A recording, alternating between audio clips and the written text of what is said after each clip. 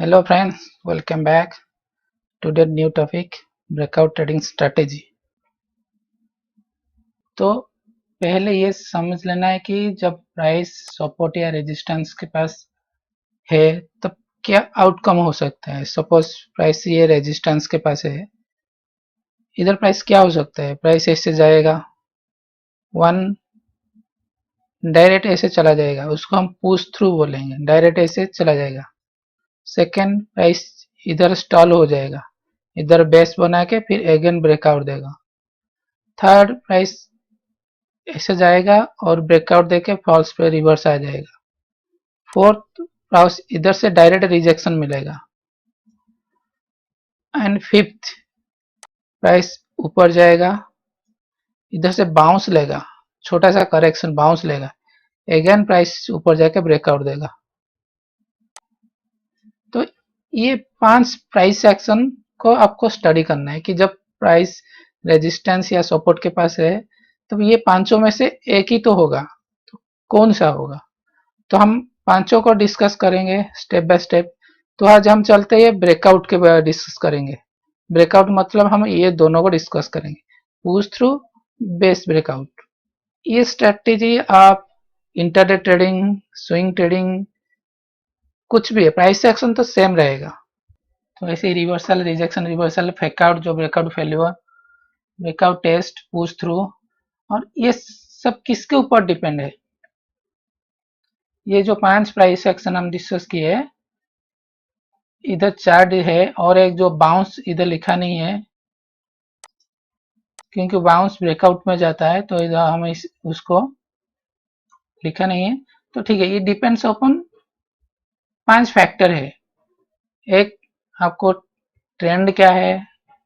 अगर हम पांचों फैक्टर को भी हम अभी डिस्कस करेंगे। Trend, quality of zone, strength of move, time and volume. ये पांचों फैक्टर को भी आपको चेक करके डिसाइड करना है कि ये क्या हो रहा है रेजिस्टेंस के पास। तो चलिए आज हम ब्रेकआउट ट्रेडिंग के बाद डिस्कस करेंगे ये पांचों फैक्टर को ले। और एक इम्पोर्टेंट चीज है कि आज हम ये डिस्कस करेंगे, सेकेंड ब्रेकआउट कहाँ लेना है डिस्कस करेंगे। थर्ड पॉइंट कि आपको ब्रेकआउट फेल्यूर मतलब एक जेन्युइन ब्रेकआउट, ब्रेकआउट फेल्यूर, ये दोनों का डिफरेंस भी क्या है वो भी डिस्कस करेंगे। तो उसके पहले आपको सपोर्ट रेजिस्टेंस आइडेंटिफाई करना है। तो ब्रेकआउट ट्रेड कर रहे हैं तो पहले सपोर्ट रेजिस्टेंस आइडेंटिफाई करना है। तो सपोर्ट रेजिस्टेंस कैसे आइडेंटिफाई करोगे। तो सिंपल मेथड ये कि most recent rejection area. Suppose price इधर है, ये पार्ट का आपको भूल जाइए। प्राइस इधर क्लोज दिया है, ये क्लोजिंग प्राइस। तो रिसेंट रिजेक्शन सप्लाई एरिया ये है, डिमांड एरिया ये है। तो आप जब प्राइस चेक करना है कि डिमांड या सपोर्ट रीजन में क्या कर रहा है। देखिए प्राइस नीचे आया, अगेन इधर से रिजेक्शन मिला, प्राइस ऊपर चला गया, अगेन सप्लाई जोन में ओपन हुआ, प्राइस अगेन नीचे आ गया। तो आप ये रिसेंट प्राइस एक्शन जोन मतलब सप्लाई या रेजिस्टेंस जोन आपको पहले आइडेंटिफाई करना है। जहां क्लोज दिया है उसका लेफ्ट साइड चलिए, ऊपर सप्लाई जोन देखिए रिसेंट जो उसके ऊपर है, और उसके नीचे जो डिमांड जोन है, तो ये दोनों का आप चेक कीजिए। तो ऐसे सिंपल आप आइडेंटिफाई कर सकते हैं सप्लाई। आप कुछ भी टाइम फ्रेम हो, आप 5 मिनट लीजिए, जो भी टाइम फ्रेम लीजिए, रिसेंट प्राइस एक्शन जोन जो है आपको आइडेंटिफाई करना है। उसके बाद प्राइस एक्शन स्टडी करना है वही जोन पे। चलिए हम डिस्कस करते हैं ये पांचों फैक्टर को। पहले आ जाते कि ट्रेंड। ट्रेंड मतलब अगर अप ट्रेंड है, प्राइस मैक्सिमम रेजिस्टेंस को ब्रेकआउट देगा, देके ऊपर जाएगा, फिर नीचे आएगा, फिर ऊपर जाएगा, रेजिस्टेंस ब्रेकआउट देगा। क्योंकि अप ट्रेंड सपोर्ट को होल्ड करेगा, सपोर्ट होल्ड करेगा और रेजिस्टेंस को ब्रेकआउट देगा। तो हाई प्रोबेबिलिटी आप ट्रेंड के साथ चल रहे तो मैक्सिमम चांसेस की ब्रेकआउट देगा। अप ट्रेंड है तो रेजिस्टेंस, डाउन ट्रेंड तो सपोर्ट। तो ये देखिए क्लियर अप ट्रेंड है तो रेजिस्टेंस ब्रेकआउट दे रहा है, ये रेजिस्टेंस ब्रेकआउट दे रहा है, ये रेजिस्टेंस ब्रेकआउट दे रहा है। तो सपोर्ट होल्ड करेगा, रेजिस्टेंस ब्रेकआउट देगा। तो पॉइंट ये है कि ट्रेंड है तो हम एंट्री कहाँ ले। दो ऑप्शन, आप ब्रेकआउट एंट्री इधर ले सकते हैं नहीं तो जब प्राइस टेस्ट करेगा सपोर्ट हो बनेगा तब इधर से ले सकते हैं। तो अप ट्रेंड है, आप ब्रेकआउट ट्रेड ले सकते हैं, नहीं तो जब प्राइस रिटेस्ट करेगा होल्ड करेगा सपोर्ट को तब ट्रेड ले सकते हैं। Second, strength of move. ये जो प्ले लिस्ट है the ultimate price action trading strategy, उधर चलिए। और तीनों ये दोनों के बारे में, स्ट्रेंथ के बारे में हम डिस्कस किए कि मार्केट ट्रेंड कब चेंज हो रहा है, कब ट्रेंड स्ट्रेंथ आ रहा है, तो ये दोनों में हम डिस्कस किए। तो अब हम ज़्यादा टाइम नहीं ले रहा हूँ, इसलिए आप इसको देख सकते हैं। तो नेक्स्ट, क्वालिटी ऑफ जोन। ये भी इंपॉर्टेंट फैक्टर है कि क्वालिटी ऑफ जोन मतलब, चलिए डायरेक्ट आप डिस्कस कर लेते हैं कि ये देखिए, ये सपोर्ट रेजिस्टेंस इधर एस्टेब्लिश हो गया, प्राइस फर्स्ट टाइम टच कर रहा है, मतलब ये जोन फ्रेश है और हाई प्रोबेबिलिटी कि ये रिवर्स आ जाएगा इधर से, ब्रेकआउट उतना स्ट्रेंथ नहीं रहेगा। ये सेकेंड टाइम टच कर रहा है और ये थर्ड टाइम टच कर रहा है। तो आप देखिए कि जब रेजिस्टेंस या सप्लाई जोन एस्टेब्लिश हो गया तो प्राइस कितना बार टच कर रहा है वो जोन को, और जो यूनिवर्सल रूल है कि मैक्सिमम प्राइस अगर 3 टाइम से ज्यादा टच किया है तो हाई प्रोबेबिलिटी ऑफ ब्रेकआउट देगा 3 टाइम्स। ये यूनिवर्सल जो मानते हैं कि 3 टाइम्स से ऊपर ज्यादा टच करेगा तो हाई प्रोबेबिलिटी और जोन जोन ब्रेकआउट देगा। क्यों? क्योंकि सपोज इधर कोई सेलर बैठा है, वो 1000 सेल किया है तो उसका सेल ऑर्डर, तो एवरी टाइम जब प्राइस जाएगा वो उसका ऑर्डर रिड्यूस हो जाएगा, 800 हो गया, इधर 500 हो गया। सेकेंड चीज, बायर्स उतना एग्रेसिव हो है, इसलिए तो प्राइस देखिए ये लो के ऊपर मूव दे रहा है, लो को भी टेस्ट नहीं कर रहा है, मतलब बायर एग्रेसिव है और सेलर को ऑब्जर्व कर रहे हैं। तो हाई प्रोबेबिलिटी है कि थर्ड टाइम के बाद प्राइस ये ब्रेकआउट देकर ऊपर जाएगा।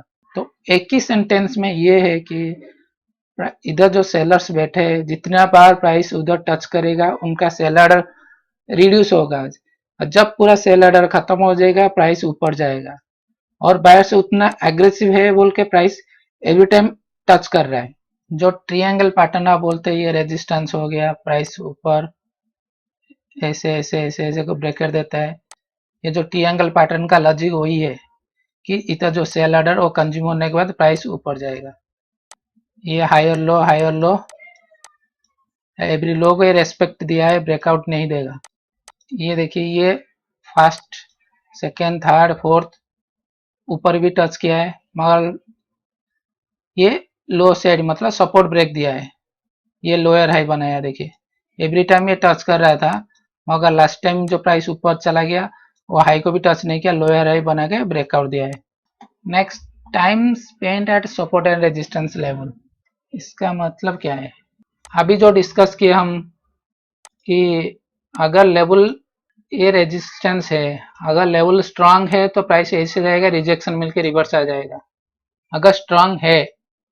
सेकेंड चीज, अगर स्ट्रांग बायर्स है तो प्राइस डायरेक्ट ब्रेकआउट देके चला जाएगा लेस टाइम में, एक रिजेक्शन रिवर्सल मिलेगा, नहीं तो डायरेक्ट एक बड़ा बड़ा कैंडल देके ब्रेकआउट देके चला जाएगा, ये लेस टाइम हो गया। अगर ये रेजिस्टेंस है और प्राइस चला गया इधर घुमा, इसका दो आउटकम हो सकता है, इधर प्राइस ऑब्जर्व कर रहा है सेलर को, ब्रेकआउट देके चला जाएगा, नहीं तो इधर सेलर्स आ गए बायर्स को डिस्ट्रीब्यूट कर रहे हैं, जब बायर खत्म हो जाएगा नीचे आ जाएगा। तो दो आउटकम हो सकते हैं जब प्राइस ज्यादा टाइम सपोर्ट या रेजिस्टेंस के पास रहेगा। तो प्राइस कहाँ ट्रेड करना चाहता है? सिंपल चीज, अगर स्मार्ट मनी को लग रहा है कि प्राइस उनके लिए चीप है, ये रेजिस्टेंस है, प्राइस ऊपर चला गया इधर है, अगर उनको लग रहा है कि नहीं प्राइस ये रेजिस्टेंस को ब्रेक कर देके इधर तक जाएगा और ये प्राइस चीप है, तो इधर वो अक्यूमुलेट करेगा। ये टाइम लेगा, वॉल्यूम लेगा, टाइम वॉल्यूम एंड प्राइस, जो लोकेशन, ये तीन चीजों को हमेशा देखिए कि प्राइस मतलब लोकेशन कहाँ है, कितना टाइम ले रहा है और कितना वॉल्यूम ले रहा है। अगर लो वॉल्यूम में प्राइस इधर घूम रहा है तो इसका मतलब एक्यूमुलेट कर रहा है और लग रहा है कि ये चीप है, प्राइस ऊपर चला जाएगा। अगर उतना चीप नहीं हो, स्मार्ट मनी एक्टिव नहीं होगे तो प्राइस नीचे आ जाएगा। तो टाइम ले रहा है, वॉल्यूम भी है, लो वॉल्यूम ज्यादा टाइम, तो मैक्सिमम ये कि प्राइस अकुमुलेट कर रहा है, प्राइस ऊपर जाएगा अगर ट्रेंड में है। तो प्राइस वॉल्यूम, ये हायर लेवल में वॉल्यूम, हाई वॉल्यूम नहीं है, हायर लेवल में वॉल्यूम अकुमुलेट होकर रहा है। अगेन अभी जो डिस्कस किए थे कि अगर रेजिस्टेंस है, अगर एक्चुअली सप्लाई जोन है तो प्राइस नीचे आ जाएगा, अगर प्राइस इधर घूम रहा है तो उसका मतलब क्या है। अभी जो डिस्कस किए ये एक स्ट्रेंथ है, बायर का स्ट्रेंथ है, वो अकुमुलेशन कर रहा है, ऑब्जर्विंग कर रहा है सप्लाई। उसका प्राइस एक्शन क्या है, हम तो अब बोल दिए कि ऐसे ऐसे ऐसे, मतलब उसका प्राइस एक्शन क्या है कि आप इसको बोलेंगे नहीं ये अकुमुलेशन कर रहा है या डिस्ट्रीब्यूशन कर रहा है। हम ये जो टाइम, वॉल्यूम और कैंडल स्टिक, ये तीनों को देख के ये अकुमुलेशन है या डिस्ट्रीब्यूशन अभी डिस्कस चेक कर सकते हैं। चलिए डिस्कस करेंगे। So what price volume action suggest above factor, जब ये रेजिस्टेंस है, प्राइस चला गया और रिट्रेसमेंट एबव 50% में रुका है, 50% से ज्यादा रिट्रेस नहीं हुआ है और प्राइस एक रेंज में है, पूरा टाइट रेंज में, छोटा रेंज में है, और उसका जो कैंडल स्टिक ऐसा रहेगा, इसे चला गया, कैंडल स्टिक ऐसे ऐसे है, ये रेजिस्टेंस है, कैंडल स्टिक ऐसे ऐसा, तो मैक्सिमम टाइम प्राइस ये ब्रेकआउट देकर चला जाएगा। ये ऑब्जर्वेशन पैटर्न है। तो हम नेक्स्ट हम मैं जो इंटरडे पैटर्न ट्रेड कर रहा हूँ वो भी डिस्कस किया है, और वॉल्यूम नहीं होगा। चलिए एग्जांपल, ये HDFC बैंक का है, प्राइस डाउन आया, डाउन डाउन डाउन, ये पैटर्न देखिए अभी एक क्लियर एक रेंज में है प्राइस, और जितने भी डाउन मूव आया था देखिए कितना रिट्रेस हुआ है, प्राइस इधर से इधर देखा, रिट्रेस नहीं है, एक क्लियर रेंज में है और मैक्सिमम टाइम और रेंज नीचे ब्रेकआउट दिया। और SBI में भी, तो जनरल जस्ट आपको समझाने के लिए देखिए, प्राइस ये डबल टॉप बनाया, नीचे आया, ये रेजिस्टेंस देखिए क्लियर रेजिस्टेंस जोन है, कल का लो, प्रीवियस डे का लो है, प्राइस देखिए नीचे आया और एक रेंज में है, ब्रेकआउट दिया। और वॉल्यूम देखिए, जब प्राइस नीचे आया वॉल्यूम था, और जब नीचे जो लो के पास, प्रीवियस डे लो के पास या सपोर्ट के पास, उसका वॉल्यूम नहीं है, डिक्रीज हो गया, अगेन प्राइस ब्रेकआउट दे दिया तो फिर अगेन वॉल्यूम आया। ये जो दो इंटरडे पैटर्न है, आप इसको भी यूज कर सकते हैं कुछ भी टाइम फ्रेम में। ये प्राइस एक्शन है, हाई प्रोबेबिलिटी प्राइस ब्रेकआउट देगा। इसका मतलब क्या है कि ये ट्रेंड है, सेलर्स कंट्रोल में है। ये जो प्राइस एक्शन अभी सपोर्ट के पास है, तो अभी सेलर बायर फाइट कर रहे हैं, कोई भी कंट्रोल में नहीं है, और ये जो धीरे धीरे बायर्स का स्ट्रेंथ कम हो रहा है, सपोर्ट में बायर्स का स्ट्रेंथ बढ़ना है, ऐसे ऐसे बढ़ना है कैंडल, मगर ये बायर्स का स्ट्रेंथ कम हो रहा है, और प्राइस लोअर है, लो बन रहा है, ये कैंडल में है, मगर आपको लोअर टाइम, सपोज ये 15 मिनट का कैंडल है, आप एक 1 मिनट टाइम फ्रेम जाएगा तो उसका क्या स्ट्रक्चर ऐसा रहेगा। तो कैंडल को हमेशा हाई लो की तरह देखिए, इसका स्ट्रक्चर ऐसा रहेगा। लास्ट में जब प्राइस नीचे ब्रेकआउट देगा, अगेन बियर्स कंट्रोल प्राइस नीचे, सेम अप ट्रेंड, ये हाई प्रोबेबिलिटी इंटरडे पैटर्न है। और पुश थ्रू जो बोलते हैं कि डायरेक्ट ऐसे प्राइस आएगा, रेजिस्टेंस को ब्रेकआउट देकर चला जाएगा, तो ये भी एक ब्रेकआउट पैटर्न है। ये आपको इसके ऊपर ट्रेड ले सकते हैं, नहीं तो जब पुल बैक टेस्ट करेगा तब ट्रेड ले सकते हैं। तो नेक्स्ट आ जाते हैं कि आपको वॉल्यूम कैसे एनालिसिस करना है सपोर्ट रेजिस्टेंस के पास। सपोज ये रेजिस्टेंस है, प्राइस ऊपर चला गया और वॉल्यूम डिक्रीज हो रहा है, तो इसका मतलब क्या है, ये डाइवर्जेंस है, लो वॉल्यूम ब्रेकआउट देना चांस नहीं, कम है।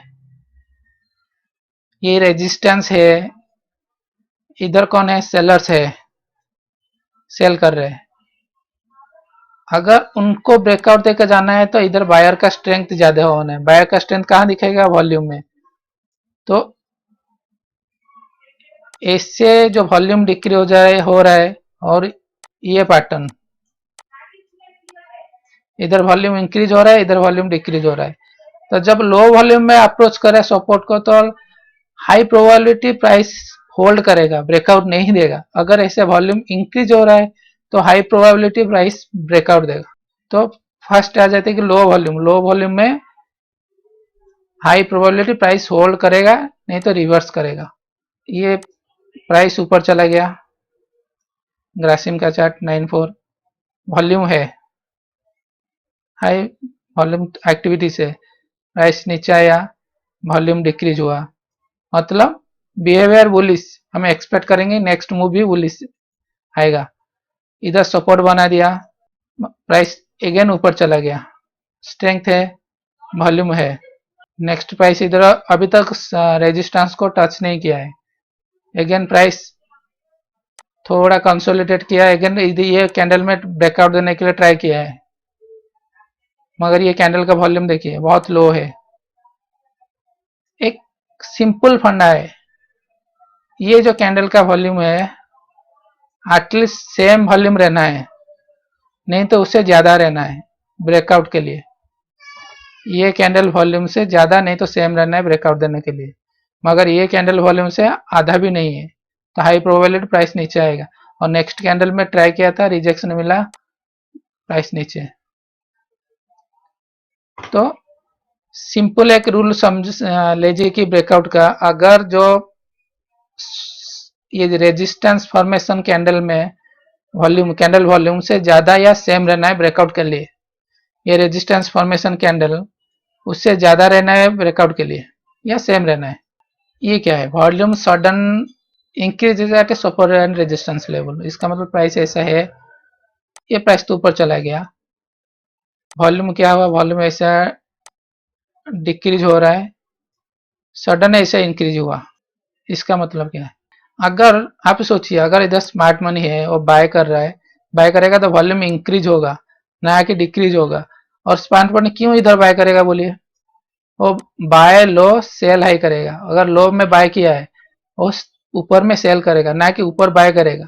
वो बाय करना चाहते तो नीचे बाय करेगा, ये लाइन में कंसोलिडेट करेगा, ये बाय करेगा, उसका ऑर्डर फिल होने के बाद ऊपर लेकर जाएगा प्राइस। जब ऐसा हो रहा है तो इसका दो आउटकम हो सकता है, क्या, ये वॉल्यूम डिक्रीज हुआ, सडन ये इंक्रीज, प्राइस इधर रेजिस्टेंस के पास, इधर सेलर्स आ गए क्योंकि ये रेजिस्टेंस जोन है, सप्लाई जोन है, सेलर का जोन है। जब प्राइस इधर आया तो सेलर्स एक्टिव हो गए, सेलर्स आ गए, तो प्राइस नीचे आ सकता है। सेकंड, ये रेजिस्टेंस जोन है और स्मार्ट मनी ऑब्जर्व कर रहा है, ये लो प्रोबेबिलिटी है क्योंकि वॉल्यूम इतना लो है, मगर कुछ भी हो सकता है मार्केट में, जस्ट आपको वेरियस सिचुएशन को माइंड में रखना है कि ये हो सकता है। तो ये लो प्रोबेबिलिटी की प्राइस ये इधर ब्रेकआउट देकर ऊपर जाएगा। तो सडन इंक्रीज मतलब one type of sellers active हो गए, अगर रेजिस्टेंस के पास वॉल्यूम सडन आ गया तो सेलर्स आ गए, अगर सपोर्ट के पास वॉल्यूम आ गया सडन हाई वॉल्यूम तो बायर्स आ गए। और एक फंडा है, जब रेजिस्टेंस है प्राइस वॉल्यूम इसे बढ़ के ब्रेकआउट देना है वॉल्यूम, ना कि सडन वॉल्यूम आएगा, ये नहीं है, क्योंकि फोर्स नीचे से आना है। इधर देखिए प्राइस इधर रेजिस्टेंस या सप्लाई जोन है, ये सप्लाई जोन एस्टेब्लिश कर दिया, प्राइस नीचे आ गया, अगेन प्राइस इसे बढ़ रहा है।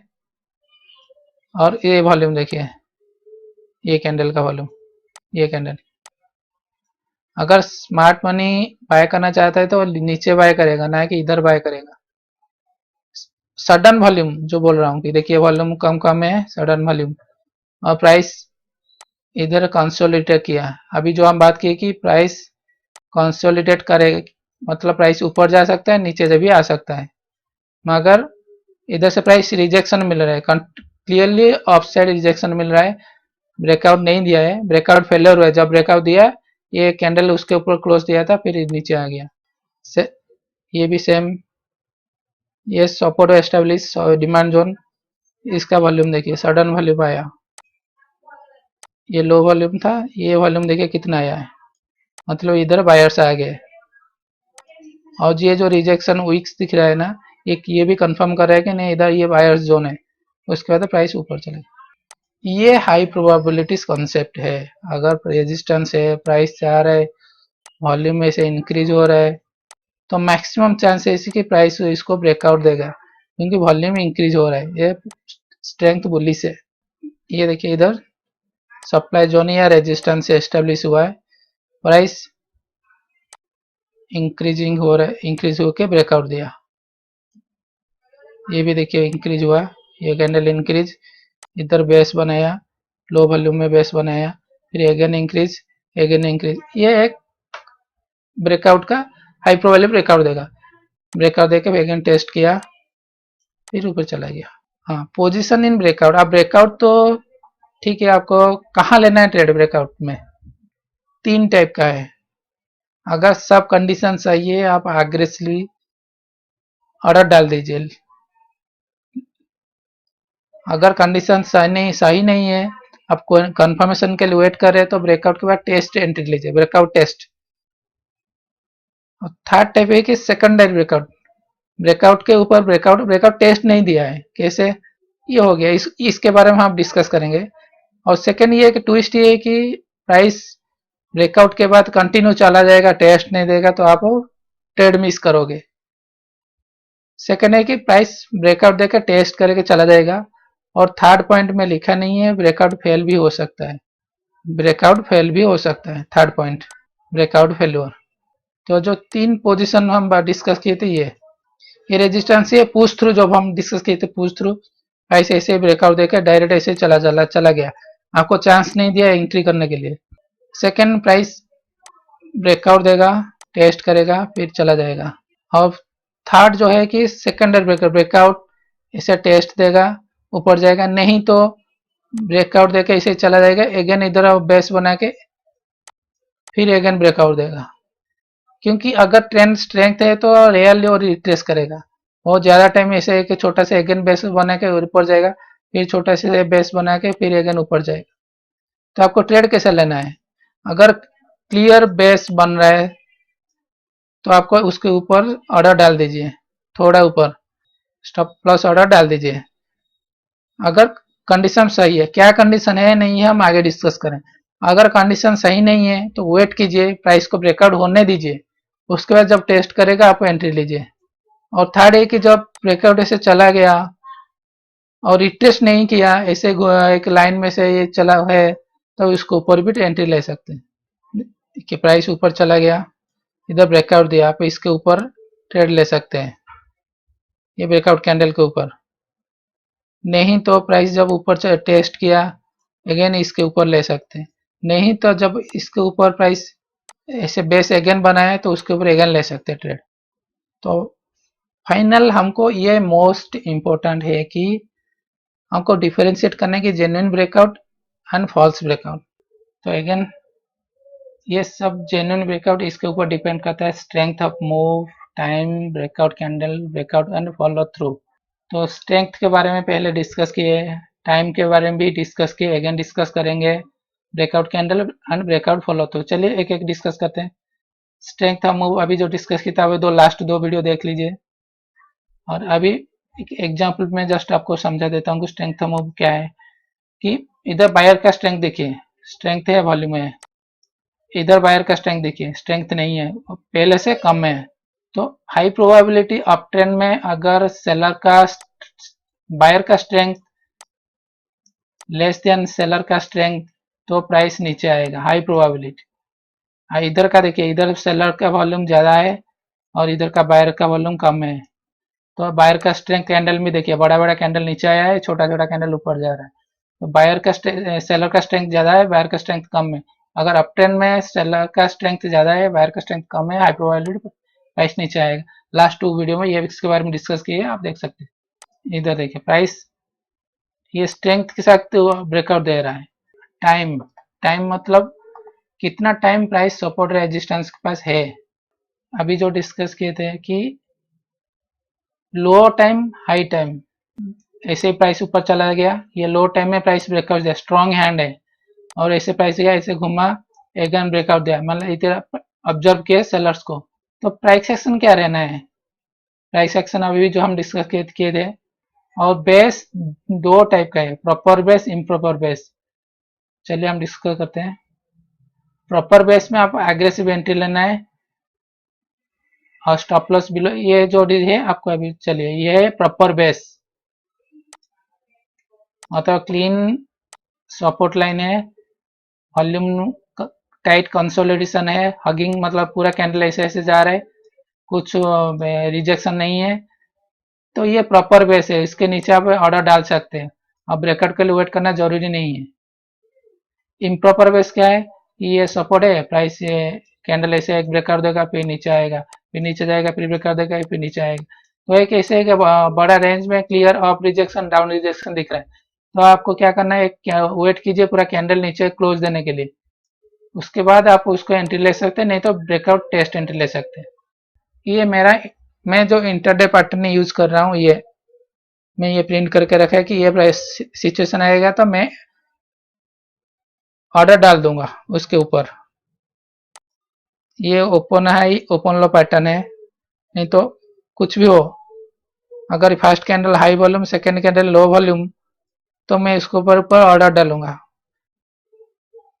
अगर प्राइस वीवअप से रिजेक्शन मिला है और नीचे क्लोज नहीं दिया है, इसलिए मैं इसे वीवअप लिखा है। सेकेंड, प्राइस ऐसे ऊपर चला गया और क्लियर इसको ब्रेक नहीं दिया है, ये रेजिस्टेंस को, और प्राइस वीवअप के नीचे क्लोज नहीं दिया है, तो अब इसके ऊपर मैं ऑर्डर डालूंगा। ये दो टाइप का ब्रेकआउट ऑर्डर है।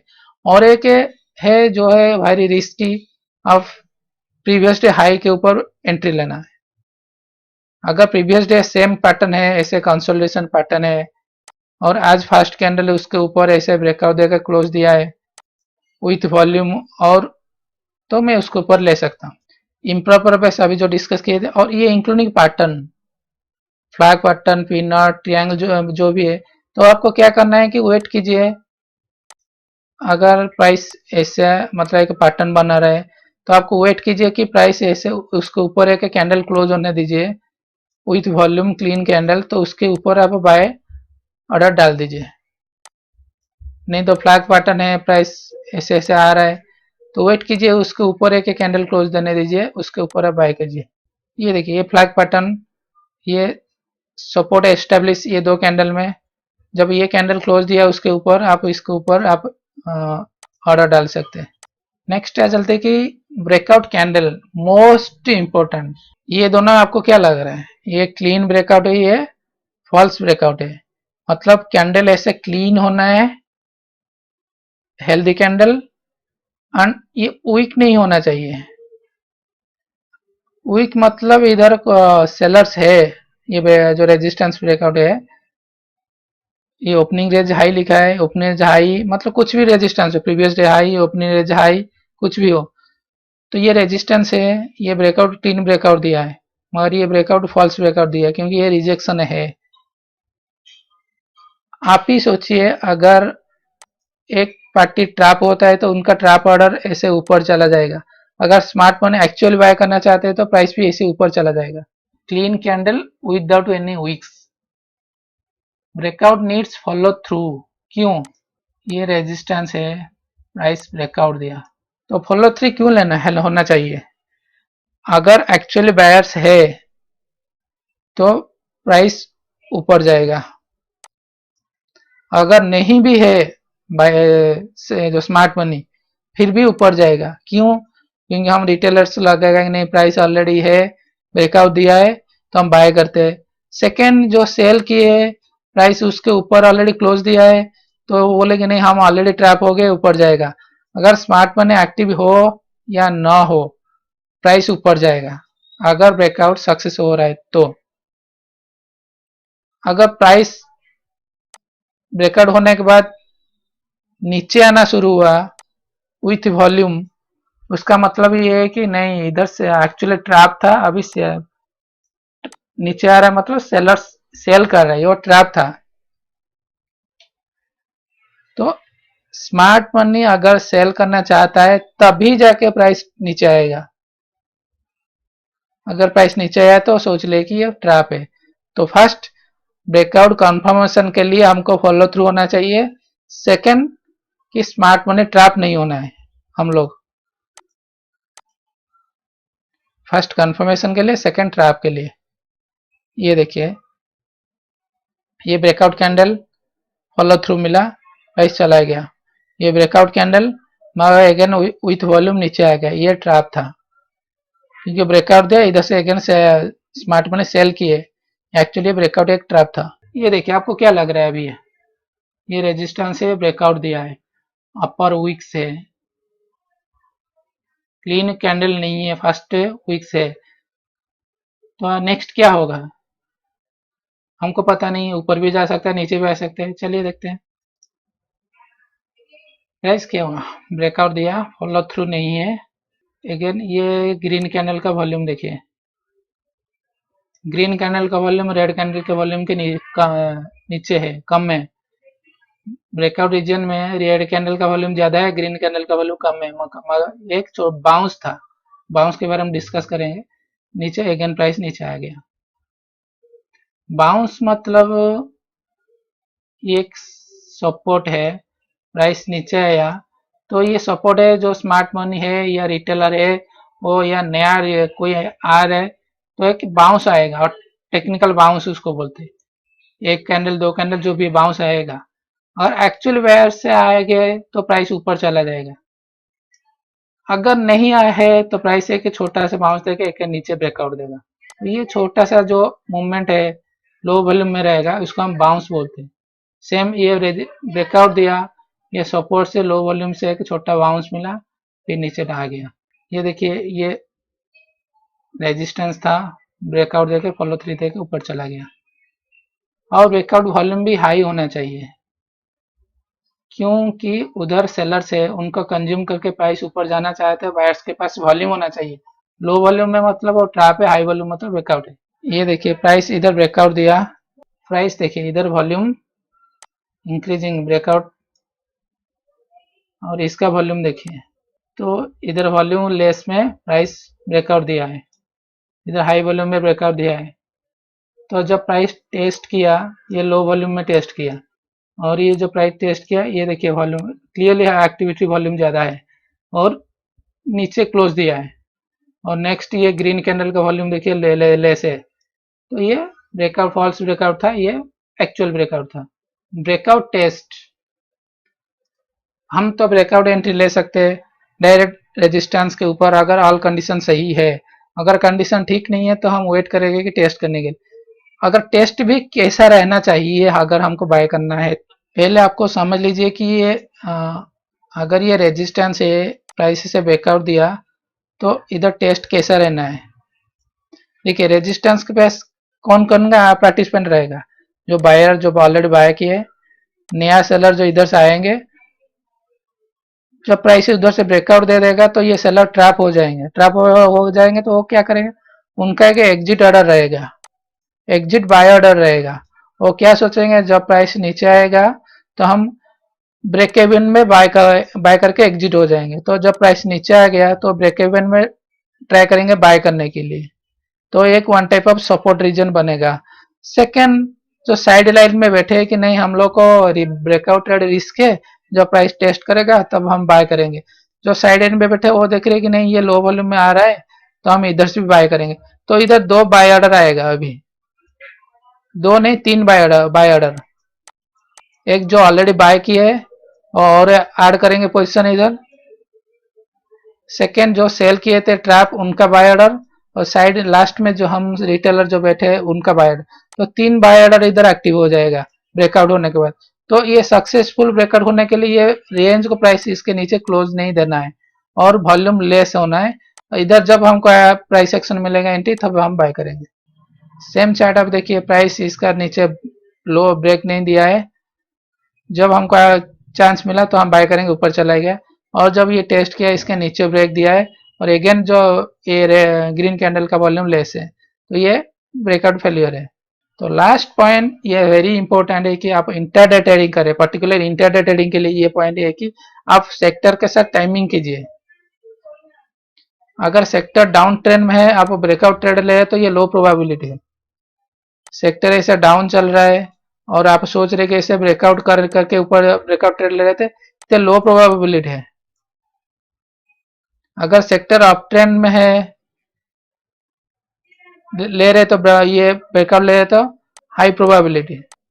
थर्ड, अगर सेक्टर रिवर्सल ले रहा है, ऐसे डबल पैटर्न बना के रिवर्सल ले रहा है, उस टाइम आप ब्रेकआउट ले रहे तो ये भी हाई प्रोबेबिलिटी। क्यों? क्योंकि जब ट्रेंड डाउन है सेक्टर का, क्लियरली समझा देता हूं, जब ट्रेंड डाउन है सेक्टर का और स्टॉक ऐसे घूम रहा है, इसका मतलब कि इसका स्ट्रेंथ है कंपेयर टू सेक्टर। जब सेक्टर रिवर्स करेगा तो अगेन स्ट्रेंथ वो ब्रेकआउट देकर ऊपर चला जाएगा। ये देखिए, ये कोटक बैंक, ये बैंक निफ्टी, ये सेक्टर का चार्ट है, ये बैंकिंग चार्ट है। कोटक बैंक का है लोअर एंड लोअर बन रहा है, मतलब क्लियरली डाउन ट्रेंड में ऑलरेडी कोटक बैंक है, मतलब वीकर देन बैंक निफ्टी, और बैंक निफ्टी एक क्लियरली रेंज में घूम रहा है। ये सपोर्ट है, ये 215 का कैंडल है, ये जो कैंडल में मार्क किया है। जब प्राइस ये छोटा सा इधर से ब्रेकआउट फेलियर मिला है रेंज से, और जब ये छोटा सा सपोर्ट था इसको भी ब्रेकआउट दिया है, ये क्या कहना उसका सपोर्ट को ब्रेकआउट दिया है, और सेक्टर मतलब स्टॉक वीकर देन सेक्टर, तब इसको ब्रेकआउट ट्रेड ले सकते हैं। Thank you.